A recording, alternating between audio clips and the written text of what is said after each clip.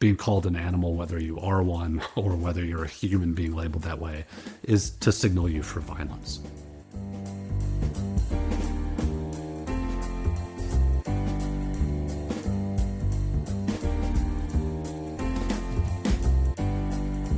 Welcome to Our Hen House. I am so thrilled today to welcome back Will Potter, author, investigative journalist, tour de force. And I'm saying welcome back because, Will, I think you were on the podcast like in the first year we were doing it, which means that I haven't seen you in a really long time, but you've I been think it's busy. been quite a while. Though I think we've both been busy. It's been quite a while. It's great to see you, and thanks for having me back on the show. Yeah, great to see you as well. And I'm super excited about this new book. Let me just do the intro for people who aren't familiar with your work. Will Potter is an award-winning investigative journalist and author, a leading international voice challenging attacks on civil liberties in the name of fighting quote-unquote terrorism. And he was the first investigative journalist to be named a TED Senior Fellow, which I did not know, and that is wildly impressive. He's also Thank addressed you. governmental bodies, including the U.S. Congress. I don't know how they let you in. Australian Parliament, Council of Europe.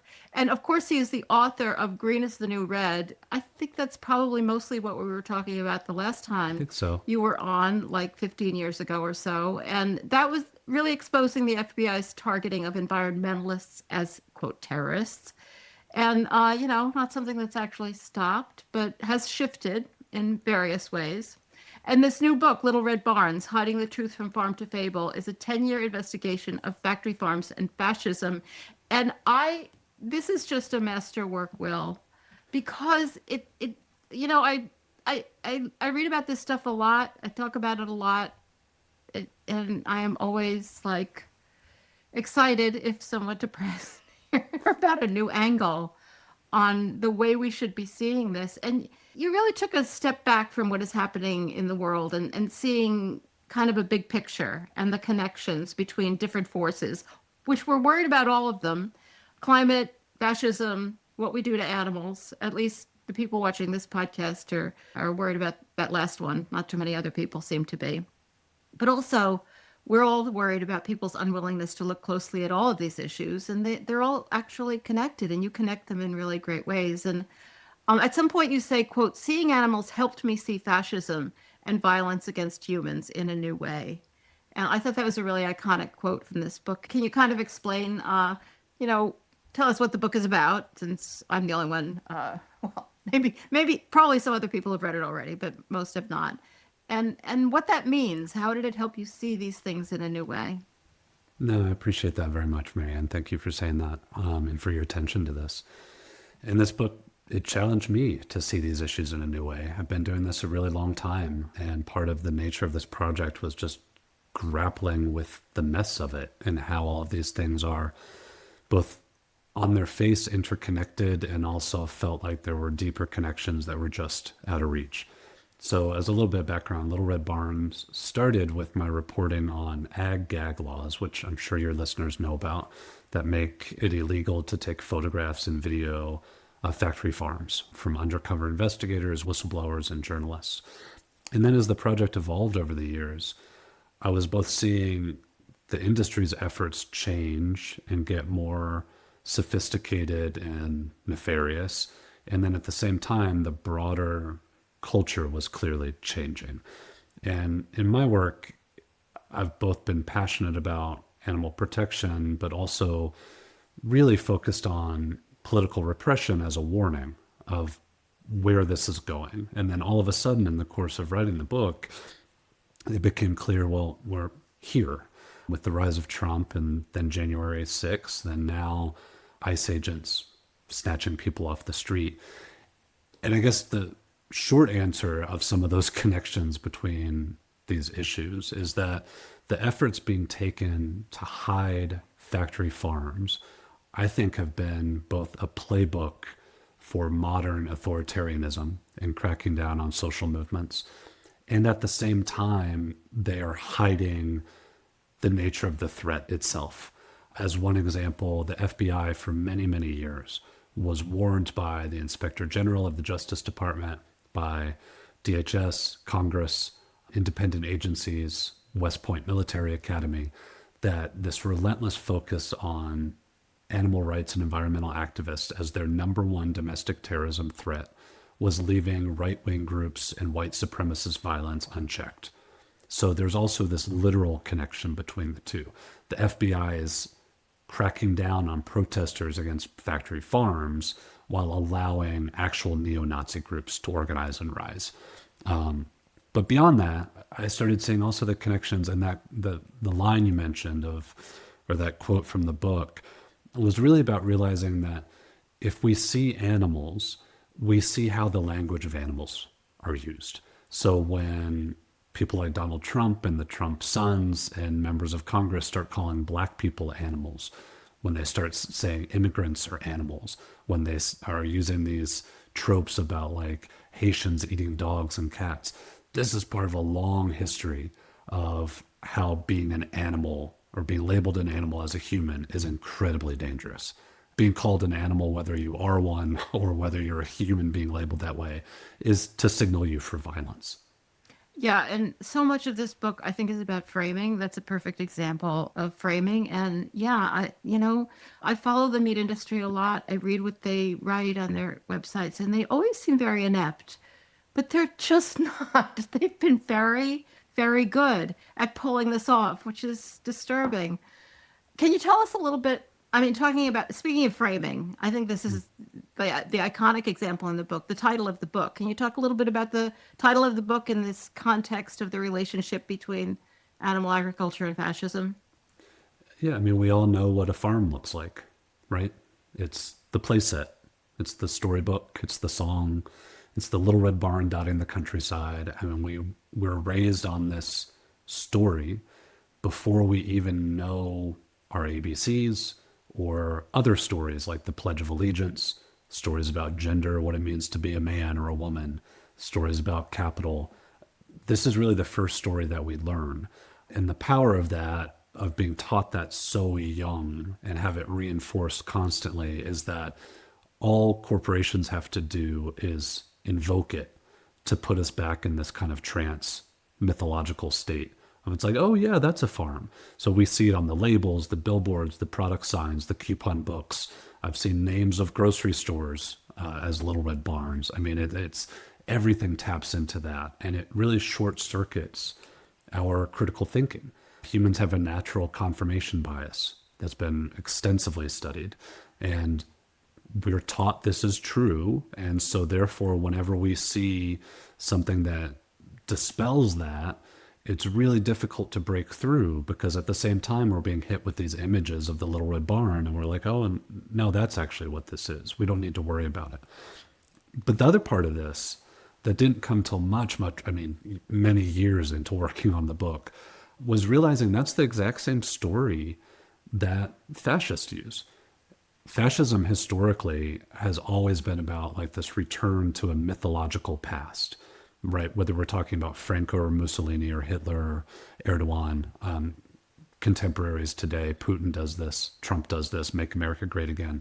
It's always invoking like, oh, things were so much better when they were pure and we had clear ideas of who a citizen was or who a man was, right? It's all these tropes.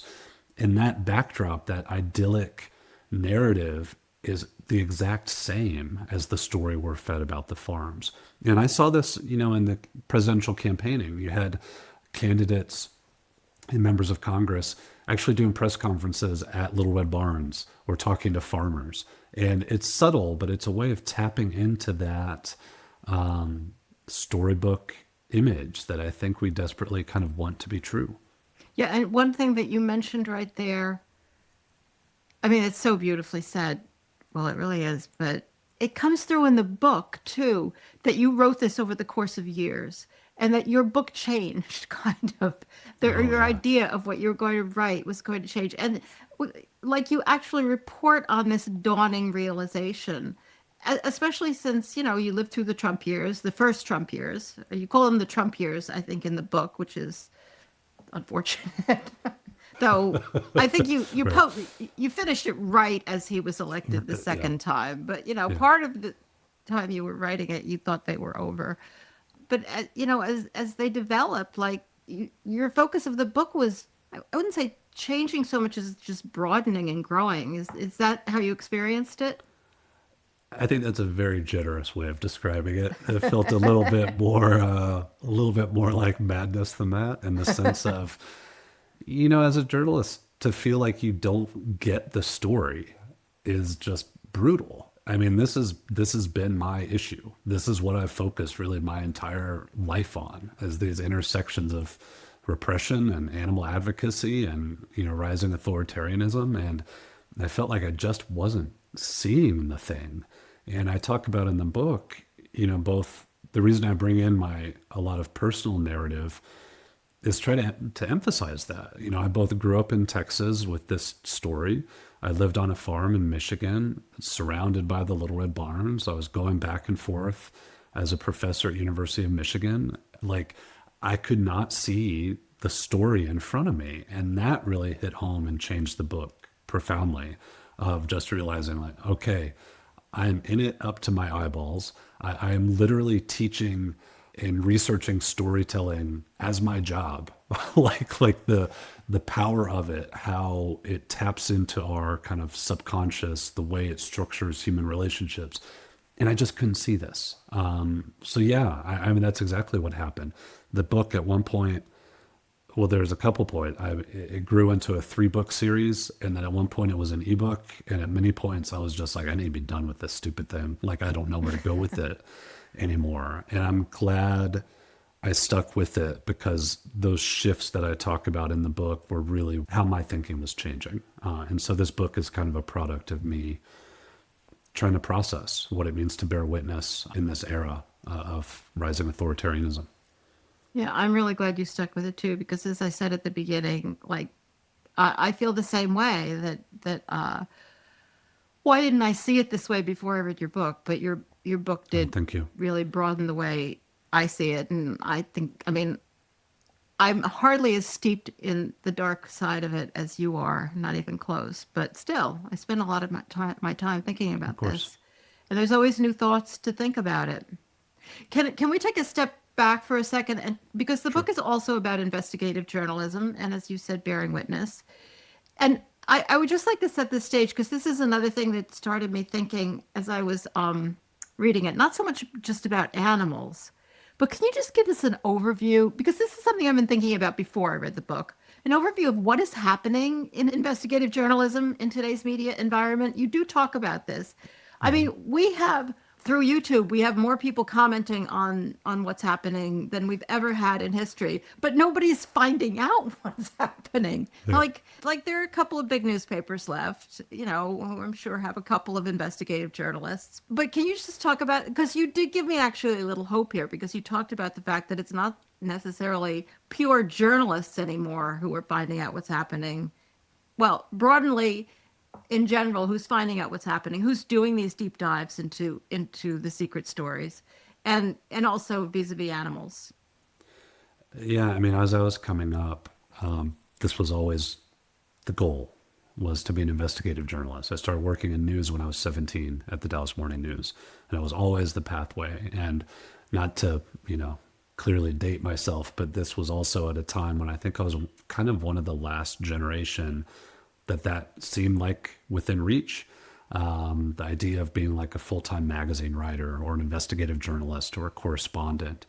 And then with the rise of the worldwide interweb, all the kind of came crashing down. The news media never really figured out a new financial model. All of a sudden, there's this like fragmentation in the media environment. The profit model is disrupted, stability is disrupted, and the people that were cut first and really consistently were the foreign bureaus, the investigative journalists, the expensive, time consuming work that also is, frankly, potentially dangerous for the media organizations. It opens you up to lawsuits. You have to have lawyers reviewing. There's all kinds of risks.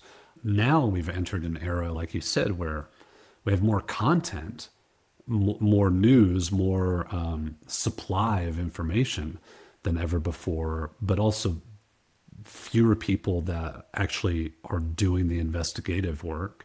And also, it feels like fewer people, if not fewer people listening, fewer people that have a critical thinking of the media that they're consuming, right? Everything feels so much more passive in these last years of just like mindlessly and constantly consuming all this content, and people having less critical thinking skills about like where that's coming from, the credibility of the people produce it.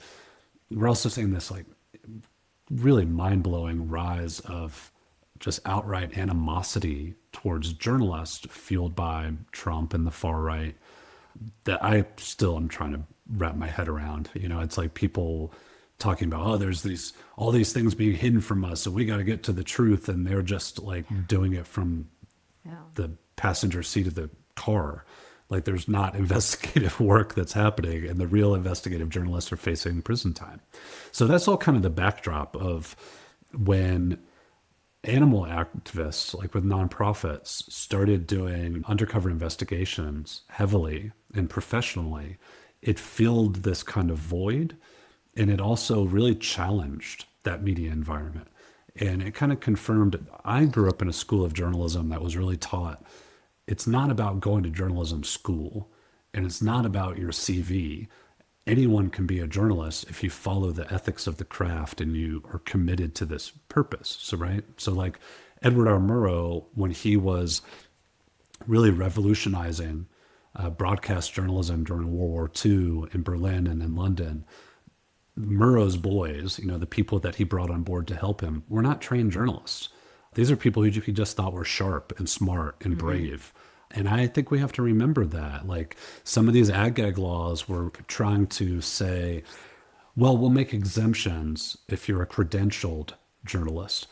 And that's nonsense. That's putting everybody at risk, because we're seeing the credentialed journalists, quote unquote, that are being invited into the White House right now. They're hacks. They're teenagers with iPhones that are puppeting fascist talking points and being given a platform for that, while the Associated Press and Washington Post are being kicked out the door. And that's kind of the reality of the media landscape we're suddenly in 2025. Yeah, once you start talking about credentialing people, you're running into a pretty scary gatekeeping kind of situation.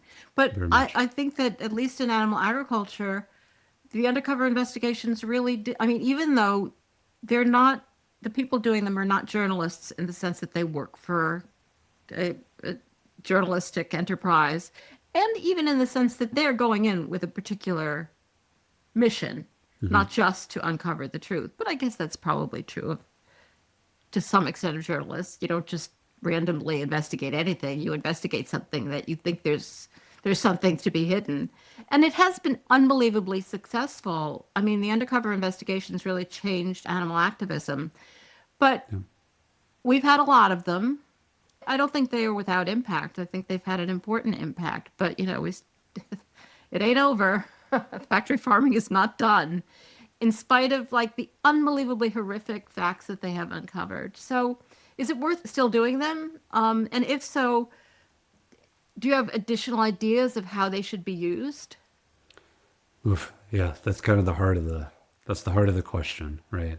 I Yeah. wrestle with that quite a bit. I agree with you that they changed the nature of the discussion, they changed the movement, they changed culture, and I think continue to do so. But I think at this point, it also, like you said, is clear that it's no longer, oh, people don't know what's happening, or that it hasn't been exposed. We've exposed it incessantly.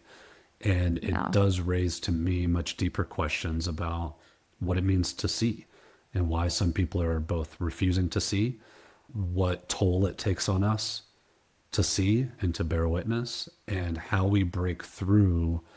Like for me, the book opens with when I saw that first footage, this was in the mid to late 90s. That was it. Like there was no other, that was it, Yeah. and then Yeah. you realize that other people aren't like that. And that's something every animal activist has to confront, is that some people can see this over and over again and just deliberately tune it out, or say they don't care, or they're not going to look. So your question, I think it's really complicated, but I think we need to realize there's other barriers to people seeing beyond government censorship or industry restriction. And I think that's where the idea of the Little Red Barn really comes in and is useful to me to think about, that we have to think about the narratives that are in place that are restricting our sight beyond outright restriction. We have to think about kind of our cultural narratives that we're raised with. There are these kind of layers of story that are underneath those images that we need to get to in order to open up people to the possibility of that sight.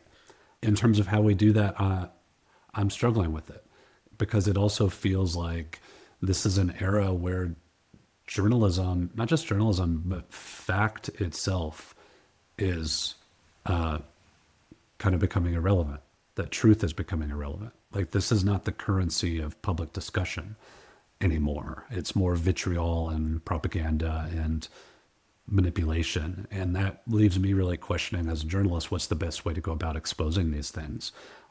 So this book really pushed me I kept with it. I wanted to make some kind of contribution with this project, but all the while I was really struggling with, like, is a book going to do it? Like, are people reading now? Is another description of a factory farm going to reach people? Like, I'm struggling with those same questions.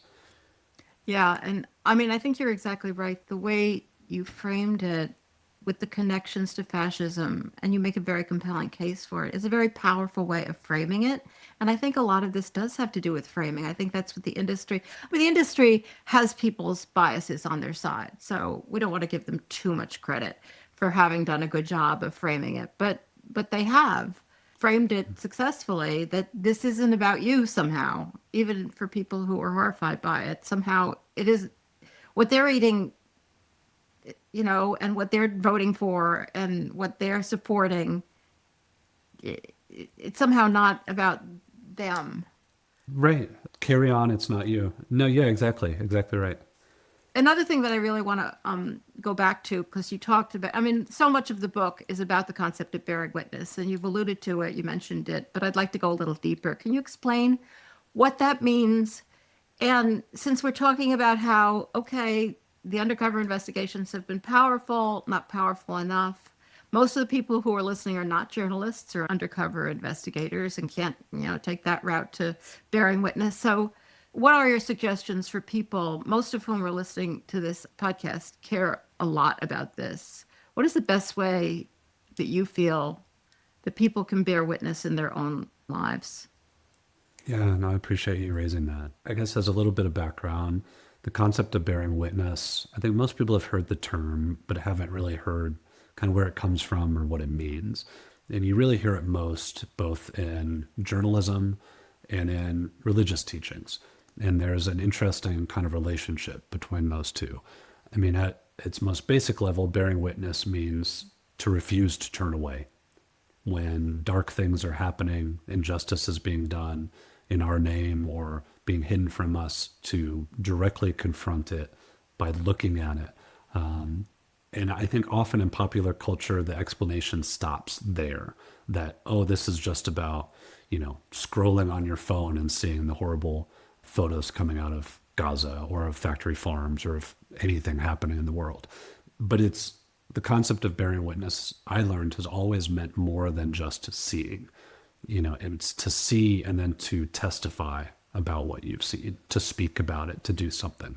And this goes all the way back to both Christian teachings and teachings in Islam, particularly in Christian thought, this idea of the disciples of Christ as the original kind of witnesses in the scripture, meaning they spoke about what they saw or what they believed, the Son of God. And when they spoke about it, they were killed by the Roman state. So to see and then to testify carried consequences.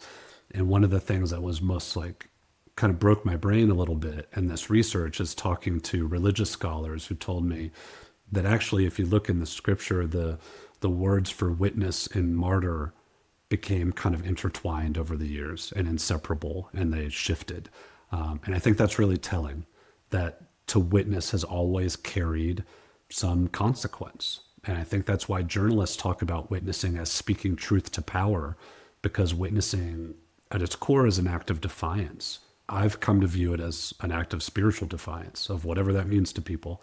But on an individual level, to repeatedly refuse to turn away despite this onslaught of just dystopian cruelty that we're seeing in the world is to claim a part of yourself and to refuse to give up a part of yourself. And I think that's what I would say first and foremost to listeners thinking about this concept is, to me, it's become less about, yes, it's bearing witness as like, what can you investigate? What can you expose? Whether that's you're on a street corner or in a billboard or a TV interview, there's all kinds of different ways to witness, but like, how do we apply that in our lives to sustain ourselves at a time when things are just really dark? And I think we're reaching a point, like I talk about in the book, I feel personally like there's a physical component to witnessing. Like you see so much and your body starts like shutting down from it and wanting to pull away. And so I'm really interested in how we keep doing this, how we refuse to turn away right now, take care of ourselves, but also continue in the fight by witnessing. Yeah, and something you just said struck me about taking care of ourselves. I mean, it can be very hard to do this depending on the audience you happen to be confronting and where you are in life and what kind of power you have. But there's two sides to taking care of yourselves. One is to, not do the confrontation, not get the ridiculous pushback, not have people angry at you. Not too many people are being martyred. You never know. But so far, what most people confront is just disapproval. But it takes something away from yourself, too, to be quiet about something that's this important, which other people don't see, and which somehow, for whatever reason, we have been either lucky enough or unlucky enough to see. And we know that it's truth, and we know that other people cannot see it. So denying that is not doing yourself any favors either. I mean, but I guess we all seek that balance. I would even maybe go a little bit further than that, of not only doing us a disservice, but I think there's a real toxicity to it in terms of like an actual toxicity in your body, like to constantly push down and like just try to put the blinders on and tell yourself like, oh, I'm just going to do my job, or I'm just going to do this, and that's not my be fight. Polite. Be polite. Don't upset the family or, the relationship or whatever it is. It doesn't work. I think it just eats away at us. And I think that's not to say we just run around, screaming from the rooftops, everything that's, there's a delicate balance here, but I think we have to really embody that defiance of, no, there's some things we can't be silent on. And that might have consequences. It might make people upset, but we have to follow our kind of internal compass on it. Can we talk a little bit about the other side of the information kind of coming out and people sort of knowing what's going on? And that's the industry side. And in this context, you talk about the industry's kind of shift in its efforts. It used to try to completely hide everything. And now it's not possible. And I think this is one of the most fascinating pieces. The attempts to gaslight, the remarkably successful attempts to gaslight. At one point, you made a compelling comparison of misinformation about January 6th, which has been one of the most extraordinary gaslighting episodes of our lives, I think. Truly. But also to the misinformation of factory farming, that they're kind of some very similar things. Can you talk a little bit about how the industry, instead of hiding, is attempting to change what people think they're seeing?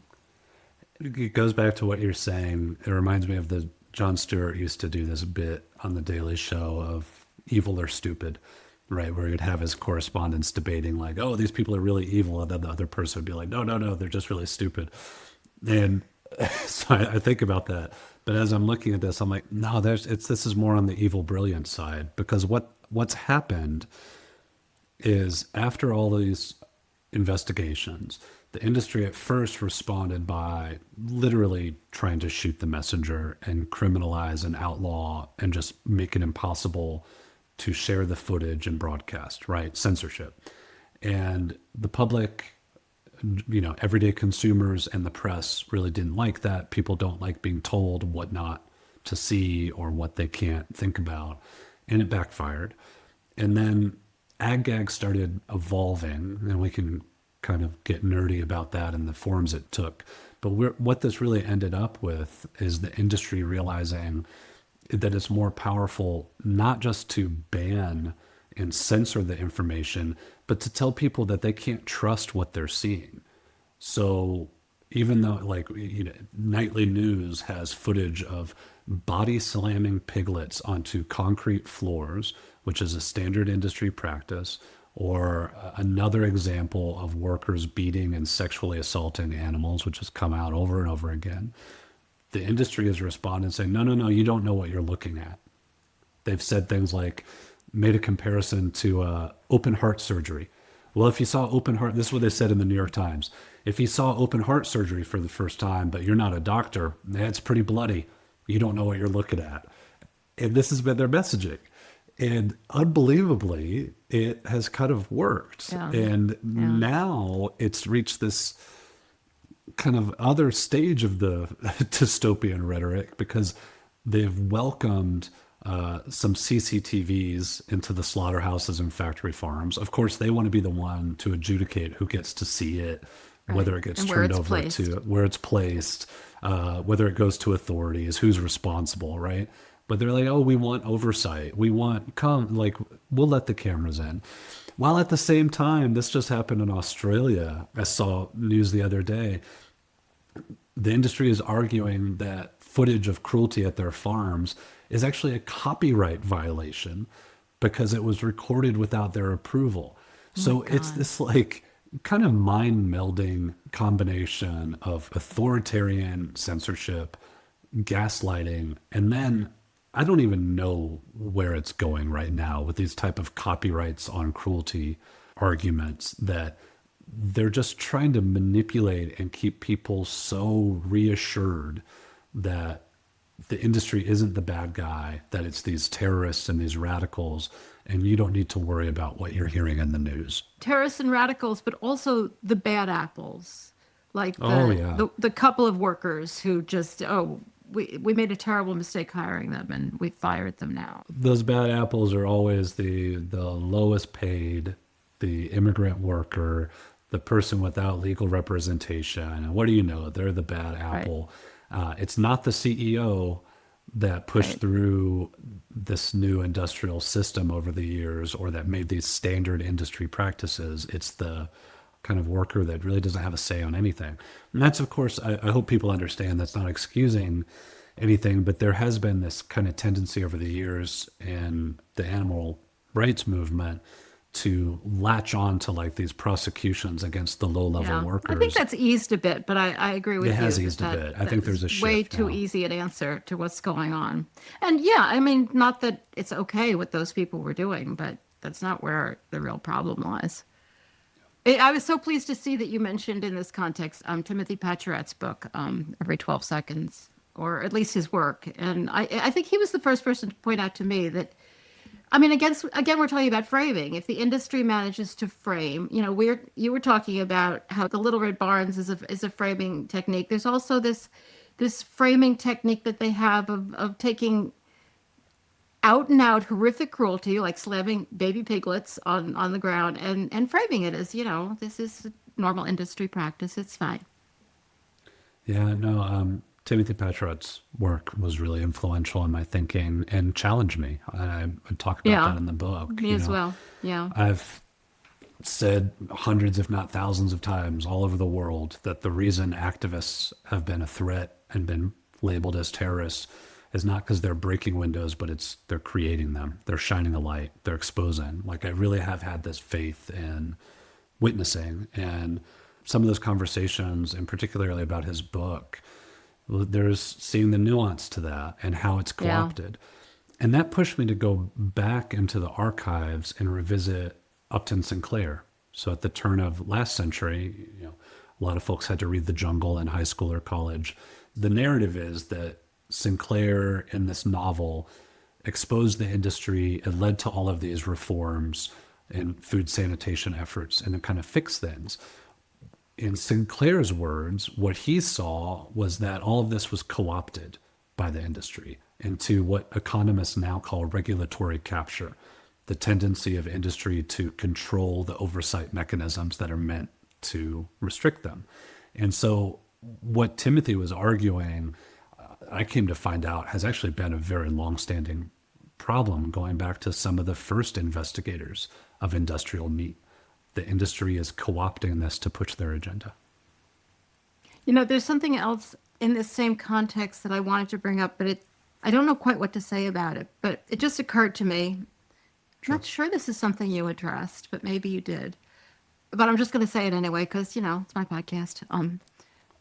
It's about veganism and reframing veganism. And I feel like they've been incredibly successful of reframing veganism like as to be eccentric, kind of hard, that activists are very, very extreme in it's all or nothing.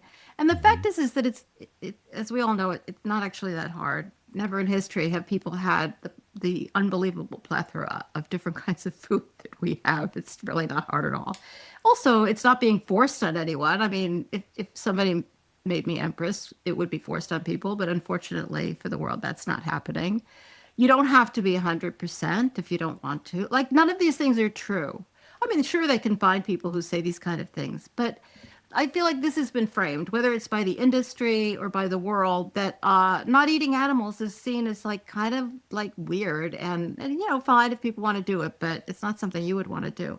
And I noticed recently one thing that they are really scared of is a kind of campaign that animal activists don't love that much. It's the mayor in Denver is doing this campaign, Eat Less Meat, and the industry is like they can't stand furious, because that's something that people might be able to hear, right? Well, and that's what's really interesting about this is that they both freak out and say, the industry freaks out and says, oh, these are extremists. They make all the kind of like veganism isn't sustainable. It's not healthy. They attack it in every way. But then at the same time, when activists try to come forward with just moderate, reasonable proposals of things like meatless Mondays or, reducing your consumption or incorporating more plant-based meals in government, like you mentioned, they completely freak out about that. There is no middle ground. No. There is no tolerance for any change. And I think that's what people need to understand about the industry. It is complete denialism and gaslighting. They will not engage with the opposition. Now we're seeing some examples of, there are some smaller farms that are trying to do the right thing, and there's always going to be those outliers. But I'm talking about like factory farming and big ag as this monolithic entity. They're attacking every tactic that activists can come up with.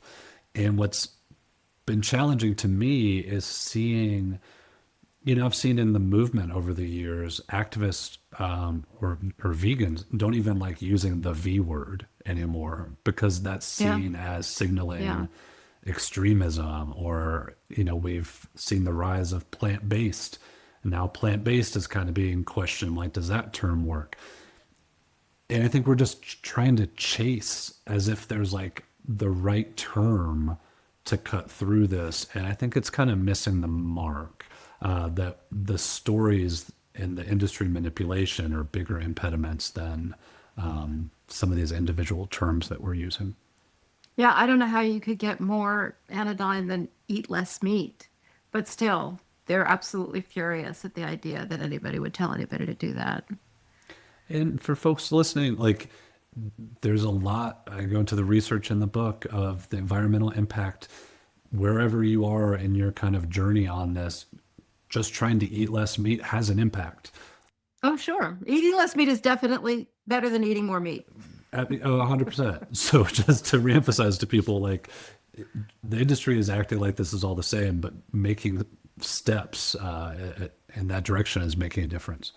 So reading the book, one thing that I really loved about the book, I was struck by how odd it feels to be taken really seriously as an animal advocate. That's a rare experience for most of us.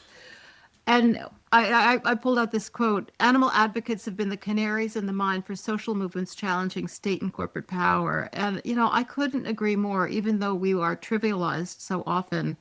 But you also address the question, which is, I think, just as troubling, of the relationship between animal activism and the left, and the failure of the left not only to embrace it, but to take it seriously as well. So, can you unpack this a bit? I mean, I assume this has Sure. been a somewhat painful part of your journey. Very much. I've always felt like a weird bird, like in the civil liberties, journalism communities. Like I'll be the one vegan, like I don't feel Yeah. like I've ever fit in. And also, frankly, in animal protection movement over these last decades, there's been a lot of times where I'm like, this is not my space. I don't fit in. And it's part of that question of, to me, like the way I was exposed to these issues early on, especially through punk and activism, they're all connected. And the ways we think about power are what are underlying all of those connections. And to me, I see the ways we treat animals as kind of the most extreme representations of how humans regard power, right? Like we can do anything. We can manipulate them however we want. We can commodify them and industrialize them so they're not even individuals anymore. And so I see these natural connections when we're talking about colonialism and war and gay and trans folks and poverty. Like those are also all about power. And so it has been really struggling or challenging over the years of trying to wrestle with like why we can't talk about those animal issues in these other spaces, and also to some degree why we can't talk about those other social justice issues in some animal spaces. Like there seems to be this firewall that I think is quite artificial, and I think right now, especially as we're seeing full-on fascism rise in the U.S., I think we would all do well to try to focus on our shared values and our common ground. And no matter what differences we have with other social movements that are on the progressive side of things, we have much more in common than we do with people that are advocating for alligator Alcatraz concentration camps and ice raids and things like this. And so to me, this is like, could be potentially a turning point of we have to rally with like-minded people and build some new alliances that have been really neglected. Yeah, I mean, I really hope that's true. But on the other hand, the really interesting thing about animal advocacy, I think, is that you can find people almost of any political persuasion who care about animals. I mean, it is like maybe that's one of the problems that everybody cares about it. So nobody cares about it. I don't know. But obviously, there are the psychopaths, there are the assholes or whatever. Like, not everybody cares about animals. But really, a lot of people do. I mean, I Yeah. actually ask virtually everyone the same question. And so I'll ask it of you too, because so far nobody's been able to answer it because I don't think there's really an answer. But how do you explain the people, not the fascists or the psychopaths or whatever, but vast majority of people who would actually never in real life harm an animal? Why do they continue to participate in this violence? I mean, actually participate. It's not like a political issue that you're 3 steps removed. You're actually eating their dead bodies. Uh, so I usually get answers, when I interview people about, which I think are totally important, the cultural relevance of food, how important it is to people, and certainly cognitive dissonance, the way human minds work. Are they enough to explain this truly extraordinary sin that people like participate in that just boggles our minds? And I hate it when I say it like that because it makes it sound like I think we're better than everybody, and I think we are on this particular issue. It doesn't mean we are on other issues or anything else, but why? What is it about human nature? You've been thinking about this, and I know from reading the book that you've gotten into some really dark places. I just wonder what your thoughts are on this unanswerable question. Well, I think I'll add myself to the list of people that probably don't have a sufficient answer, but I'll throw my hat in the ring anyway. Good, good. That's what I'm looking for. You know, to me, it boils down to I think we've arrived in a culture that, whether it is explicit or not, we all know that there is a danger to empathy, that opening our hearts and opening our eyes, I think we all kind of implicitly understand that that's a very dangerous road. We see that in people's rejection of the factory farm footage, or refusing to engage with the ICE raids on the street or what's happening abroad. To me, it seems like a combination of political power and a physiological response, that if we continue to open ourselves to all of the abuse and justice of the world, I think there's a part of a lot of people that know it's a bit too much or feel like there's not agency there. One of the big kind of epiphanies I had that I don't talk about in the book, but I was struggling with really severe depression and PTSD for a very long time in the arc of writing this. And one of the kind of turning points to me was realizing that depression is awareness of all of this evil and abuse and violence without the agency to do something about it. It's seeing these things and then feeling like this powerlessness to actually change it. So I don't feel like this is really an articulate answer to your question, but I feel like it's part of the answer. Yeah. No, I totally agree, and that's a really moving answer. I mean, it's almost as if we could say, which I think would be a good thing to be able to say, that animal advocates may be less empathetic because we managed to do it, whereas other people know, and I know people who I think are like this. They know that if they allow themselves to think of this, they're not going to be able to bear it. Yep. So they don't allow them, but they have that lucky piece where they can then turn it off.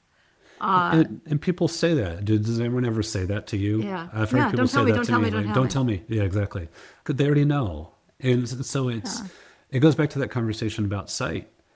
So is our task to just keep putting those images in front of them, or do we have to try to get to what's underneath that is making people keep that at distance? Like, what is the fear? Is it they won't be able to handle it, that they'll lose friends, that they'll lose family, that they'll be isolated, they'll be depressed? Like, what is it? And I don't quite know. I guess for Yeah. everybody it's a little bit different. No, I like your answer because it's frequently, and I think this is true, it's the importance of social conformity and that you'll lose friends. And, that's a very important value. Is we're a tribal species and belonging is important. But I think you have put your finger on something added to that it's more than we can bear.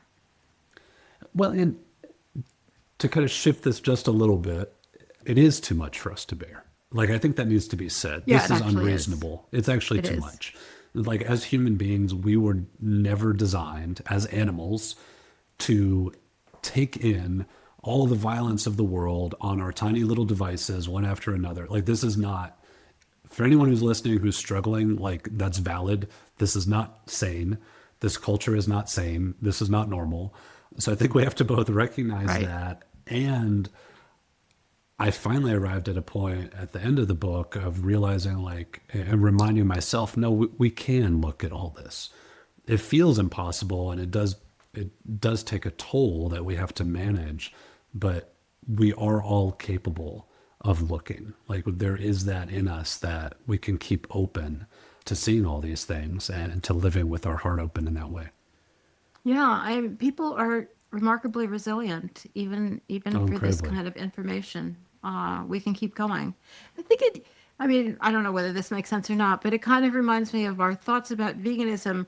Why we as animal advocates kind of overvalue the value of our own veganism because it makes us feel like we're doing something, which is so important to be able to handle trauma. Like Yep. it feels real. It's something I do every day, and it makes me feel better about it. And people who are not able to go there undervalue with veganism. They don't think there's anything they can do to stop this. And I think, both of those things are sort of true. I think it goes back to that desire for agency, right? To have Yeah. some control. Exactly. Yeah. I think there's truth in it. I mean, it's clear that by choosing to not eat animals, you're not directly contributing to this system. But I think there's like you said, we can kind of overemphasize it and kind of cling to it because Exactly. it Exactly. makes And it good for more us. I mean, clear decision. Yeah. if that's what we need to do, that's fine. But it is good to look at it and think, well, what else can I do? And where do we direct our efforts to? Like, thinking about, I talk a lot about the oil industry in the book. And one of the most brilliant things they did, BP created this campaign that was putting it on the consumer. Like, how many showers are you taking? What are you doing Yeah. for climate change? And all Yeah. of a sudden, like, we're worried Yeah. about stuff like that. And I'm not saying that's the same with veganism, but there's the same tendency of like really chastising and beating ourselves up for this like quest for purity when we need to hold the people at the top accountable. Like these are Yeah. systemic problems. I find that always such an important but difficult line to tread of valuing veganism. And I think it should legitimately be valued. And I think it can be activism when you're out in the world, being vegan. It's not just personal practice, but also not thinking that's the answer. I think everybody has trouble with that. I think we did too. And over the years, I've tried to arrive at a point where like to not, obviously I'm still vegan. I'm not moving away from that, but to try like talking to people who are just making that transition to try to take some of that pressure off, like Yeah. to Yeah. not feel Eat, like eat less you meat. right, like or to feel like I guess what I'm trying to say is we need people that are in these struggles for their lifetime, for decades. And we can't approach it as this like, oh my God, I had something with a sodium sterol lactylate or whatever, Right. obscure ingredient that I need to beat myself up over this now. And like, Yeah. no, like we're doing the best we can. Yeah. And if you want to beat yourself up about it, okay. But don't beat everybody else But up move about it. on. Yeah. Or don't beat Yeah. up other people about it, maybe. I mean, everybody's standards of purity are their own Sure. standards, and that's fine. But, before I leave you, I mean, the book is obviously a heavy book. I mean, not It's a physically, summer read, but Marianne, it a beach explores read. some heavy themes. But I want people to read it, and I don't want them to come away from this interview thinking it's just like a heavy political analysis or that it's all bad news. You tell a lot of personal stories because you're a really good writer and you weave them in. And can you just share one, maybe to give people a taste of how you have chosen to tell the big story and No, personal experiences? and just to emphasize with folks like that was the North Star as I was working on this project is like to not make it just a litany of cruelty. It has to be. Yeah. When I realized the stories were up against, it made me realize in this book that the way you counter that is with better stories. So this is very much a personal narrative and journey along with an investigative one. And some of the places that took me are like to Yakima Valley, Washington. I was doing drone investigations. I ended up losing the drone, had all kinds of stuff go wrong. That brought me to this woman, Helen Redout, who lived in the community for years and years. And by removing that kind of ability to document with the drone photography, I just went around her community with her, and she was showing me through her eyes how things had changed. And she gave me a tour of her home of, as she's sweeping up dead flies because she has to keep the windows closed from all the factory farm fumes and waste lagoons, spraying cheap perfume to try to mask the scent, apologizing for the state of her home of just living next to these CAFOs. We would go out on what she described as a poop tour because the community is completely overrun with the feces and manure of the dairy farms. And I had never, like, I'd documented slaughterhouses, I'd been on the kill floor, I'd been in factory farms, I'd been in factory farm communities, but not in that way. Yeah. With a longtime resident who I could feel her pain and loss of like she wanted and moved there with her husband for the romantic image of the country life. And then she saw it destroyed before her eyes. And so scenes like that are what I hope I'm able to convey in this book, that this isn't a polemic. or an academic text. Like I'm trying to bring out the stories of people that have lived through this, including my Yeah, own. no, that is exactly right, and that was a very moving story. And she sounded, I mean, she like her personality just really came through Oh, too. we Like hit it she kind of off. sounded like Yeah. a hoot. Yeah, she was a riot. She was a riot. She was giving me, at we were driving around and I would hop out to take photos. And, there are farm workers that were starting to come out and people were starting to get a little aggro. And I was doing it anyway. And she was just kind of like, I like you. And she was like getting into it. We're driving around and taking photos. She's like, I looked you up. Like, you might be a little bad news, but I'm out to make trouble too. She was a lot of fun.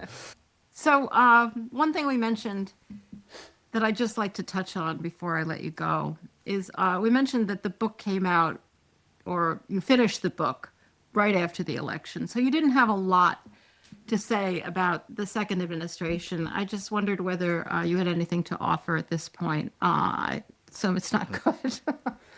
Yeah. Not whether you have any good news to offer. Or, on the other hand, have things now gotten so bad that it's a possibility we'll have change? I, There, I'm talk I'm about trying framing. to exactly. And that's what I'm doing personally. I'm trying to be in that latter camp.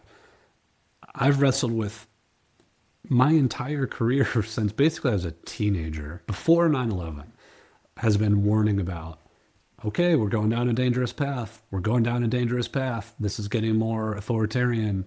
The political repression is intensifying. And now I don't know I don't know what my job is in some ways, cuz like I'm done making those warnings. Like it's here. Yeah, And I'm not it's not me yeah. saying this, it's every scholar of fascism globally. It's the evidence is too much to even talk about in this conversation.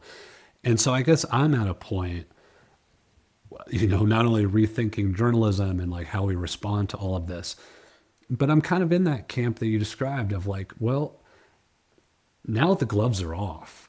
Like none of this is hidden.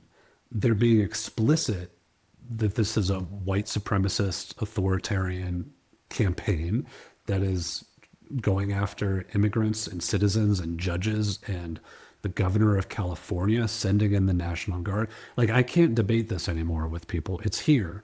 And so I hope the turning point is recognizing how dire these stakes are. And that's kind of the penultimate chapter of the book is, I say I'm done making warnings, but I guess my final one is that these trends of climate change and authoritarianism are intersecting. They're fueling each other. And we have to confront them directly head on right now and be bold and brave and recognize what's at stake. Or otherwise, these are truly existential crises, not just for our democracy, but for the survival of our species. So I don't know if this is a positive way of ending it, but it's saying like once you realize those stakes, there's something that opens up in you that's a little bit of just like, all right, let's go. I mean, that's the point I'm Yeah, reaching now. Like, okay, this yeah. is that bad. This is it. It makes other things in your life seem less bad. It makes other decisions seem less difficult because it's like, this is what we have to fight. So to everyone listening to this, like in whatever way we can, we have to summon that strength right now. Because I really do think it is that bad. The threat is that bad right now. Yeah, I actually completely agree. I think that's a perfect place to end it, though I do want to add that I think this book arms people with the argument that this current crisis includes what's happening to animals. I mean, both in the Very much. context of climate, of course, in the context of climate, and that may be enough to put an end to factory farming. I don't know. But it would be so much a greater gift to the human race if we could, and I think this book goes a long way to doing it, encouraging people to see them and incorporate them. If we're going to build a new world, and we have to build a new world at this point, or we're done, let's try to include them. And I think that's what this book does. It makes them part of this story. I appreciate that very much. I mean, that's where my So heart is with this. And I think that's the path forward. The response to this cruelty right now is leading with empathy and compassion. And that's something that animal activists have a lot to say about and can be in this fight alongside other people that are realizing what's at stake as well and having their hearts opened by all this as well. I think we have a role to play. yeah, I absolutely agree. I think this book is incredibly important in making that point. So thank you for writing it, Will. Thank you so much for writing it. And thank you for joining us today. Oh, thank you so much. That means a lot to me. I appreciate you having me on. Thanks, everybody, for joining us. We'll be back next week with our regular schedule, and I'm looking forward to it. Please remember to subscribe on your favorite podcatcher or on YouTube. We're on YouTube now. And, leave a comment or review on Apple Podcasts because that really helps us out. And thanks so much for joining us today.